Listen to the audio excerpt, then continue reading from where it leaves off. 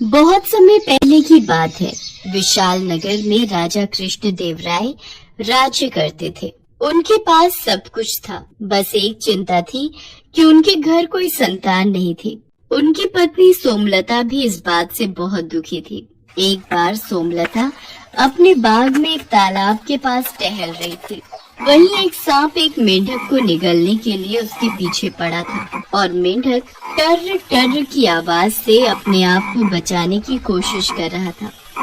अरे, ये इतनी तेज आवाज! ये तो किसी मेंढक के शोर की आवाज है। ये सांप इसे खा जाएगा। मुझे इस मेंढक को बचाना होगा। रानी एक डंडे की सहायता से सांप को डराती है और सांप मेंढक को छोड़कर झाड़ियों में भाग जाता है।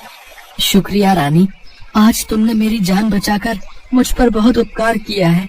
नहीं तो मेरी पत्नी और बच्चे मुझे वापस न लौटा देख बहुत दुखी होते। आज तुमने मेरी जान बचाई है। भगवान करे तुम्हारे मन की इच्छा जल्दी पूरी हो। इतना कहकर वो मेंढक वापस तालाब में चला गया। रानी की तो एक ही इच्छा थी कि उसे संतान सुख की प्राप्ति हो और मेंढक के कहे अनुसार रानी की इच्छा जल्दी पूरी हो गई और वो गर्भवती हो गई। कुछ समय पश्चात रानी ने एक बहुत ही सुंदर और प्यारी सी बेटी को जन्म दिया। महारानी, हमारी बेटी के नामकरण समारोह में हम दूर दूर के राज्यों में सभी को आमंत्रित करेंगे। इसके अलावा मैं चाहता हूँ हम परी लोक की सभी परियों को अपनी बेटी को आशीर्वाद देने के लिए आमंत्रित करें। ये तो बहुत उत्तम विचार है महाराज। तो ठीक है, मैं दूर दूर के राज्यों में सभी राजा महाराजा को आमंत्रित करने के लिए सेनापति को भेज देता हूँ और परीलोक में भी सबको आमंत्रित करता हूँ। राजा कृष्णदेव राय परीलोक में सभी परियों को आमंत्रित करने चले जाते हैं, पर भूल से वो काली परी को आमंत्रित करना भूल जाते हैं। राजकुमारी के नामकरण संस्कार पर सभी परियां और दूर दूर के राजा महाराजा शामिल होते हैं। काली परी जब सब परियों को वहां गया देखती है तो वो क्रोध में आ जाती है और राजमहल पहुंचती है। राजा कृष्णदेव राय, तुमने सब परियों को आमंत्रित कर दिया पर मुझे बुलाना भूल गए। काली परी, ऐसी बात नहीं है, मुझसे भूल हो गई, मुझे क्षमा कीजिए। जब मैं परियों को आमंत्रित करने गया था तब आप मुझे महल में दिखाई नहीं दी।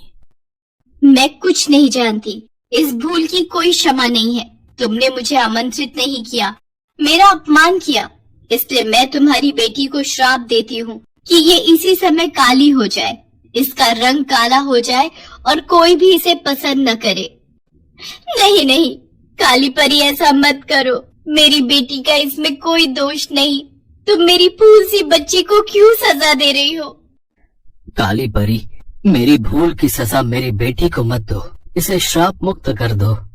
राजा और रानी काली परी से क्षमा मांगने लगे और बाकी परियां भी काली परी को समझाने लगी। तब काली परी बोली, मैं अपना श्राप तो वापस नहीं ले सकती, पर इसका असर कम कर सकती हूँ।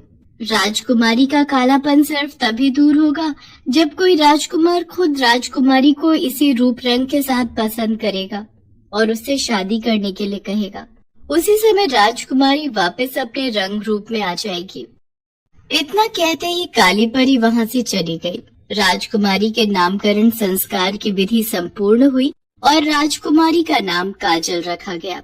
उसके पश्चात सब मेहमान अपने अपने देश वापस चले गए। कुमारी का मजाक उड़ाते थे और उससे नफरत करते थे। राजकुमारी काजल, तुम कितनी काली हो, तुम पर तो कोई भी वेशभूषा सुंदर ही नहीं लगती। अगर ये इतने सुंदर सुंदर कपड़े और गहने हमारे पास होते ना तो हम तुमसे ज्यादा सुंदर लगती। अरे राजकुमारी काजल को कुछ मत कहो, नहीं तो ये राजा रानी को हमारी शिकायत लगा देगी।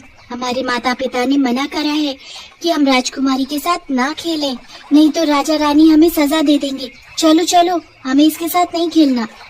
नहीं, मैं माताश्री पिताश्री को कुछ नहीं कहूँगी। तुम सब मेरे साथ खेलो, मुझे तुम्हारे साथ खेलना है।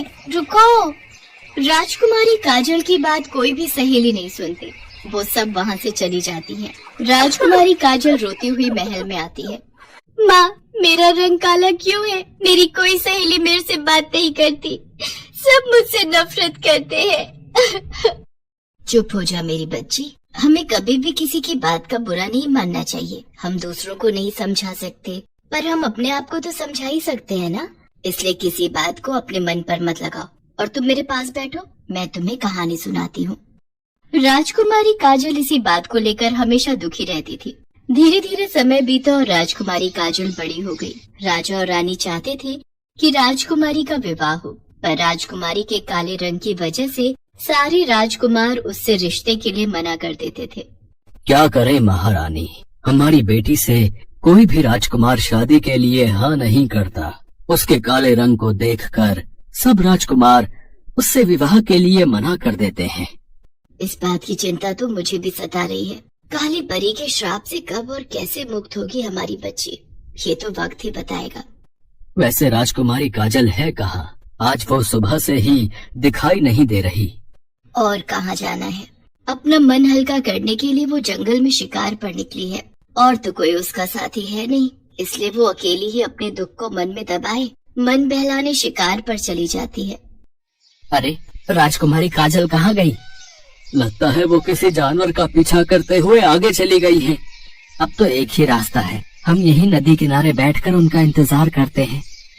राजकुमारी काजल घोड़े पर सवार धनुष बाण हाथ में लिए शिकार का पीछा कर रही थी। अचानक राजकुमारी ने देखा एक नौजवान दो शेरों के बीच घिरा हुआ है और वो नौजवान निहत्था है। शेर उस पर हमला करने ही वाले थे कि तभी राजकुमारी काजल उनके बीच जमीन पर तीरों की बौछार से उन्हें डराती है, जिससे डरकर दोनों शेर जंगल की ओर भाग जाते हैं। लाइए हाथ दीजिए, आप ठीक तो हैं?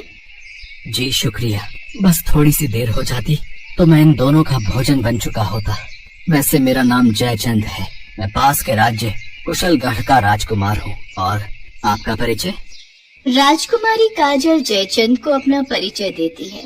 धीरे धीरे जयचंद और राजकुमारी काजल में दोस्ती हो जाती है। राजकुमारी काजल को जयचंद का साथ बहुत अच्छा लगता था। राजकुमारी मन ही मन जयचंद को प्यार करने लगती है, पर राजकुमारी को डर था कि कहीं सभी राजकुमारों की तरह जयचंद भी राजकुमारी को विवाह के लिए मना न कर दे। इसलिए राजकुमारी काजल ने जयचंद से दूरी बनाना ही ठीक समझा। आज 5 दिन हो गए, राजकुमारी काजल मुझसे मिलने नहीं आई। सब ठीक तो होगा, कहीं राजकुमारी काजल का स्वास्थ्य तो नहीं खराब हो गया। मुझे उनके राज्य में जाकर उनका हालचाल जानना चाहिए। राजकुमार जयचंद राजकुमारी से मिलने महल जाता है तो उसे सारी सच्चाई पता चलती है। राजकुमारी काजल, आपने बिना मेरी राय लिए, मेरे से बात किए बिना ये कैसे फैसला ले लिया कि मैं आपको पसंद नहीं करूंगा? मैंने तो आपसे अभी तक अपने मन की बात कही ही नहीं। राजकुमार जयचंद, इसीलिए आपसे ये बात नहीं की क्योंकि आप देखने में बहुत सुंदर हैं। आपको तो सुंदर राजकुमारियां अपने विवाह के लिए मिल जाएंगी, पर मैं आपके लायक नहीं हूँ, इसीलिए मैंने दूरी बना ली। राजकुमारी काजल, किसने कहा कि आप सुंदर नहीं हैं? आपकी खूबसूरती मैंने देखी है, आप बहुत सुंदर हैं। आपका मन बहुत सुंदर है। व्यक्ति के रंग से उसकी सुंदरता की पहचान नहीं होती, उसके व्यवहार से होती है। आप मुझे बहुत पसंद हो, मैं आपसे विवाह करना चाहता हूँ।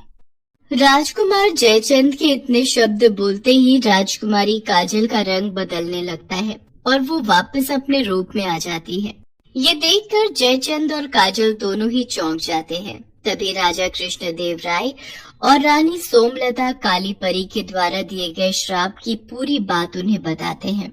इसके पश्चात शुभ मुहूर्त में राजकुमारी काजल का विवाह पड़ोसी देश के राजकुमार जयचंद के साथ धूमधाम से संपन्न हो जाता है और खुशी खुशी राजकुमारी काजल अपने ससुराल विदा हो जाती है।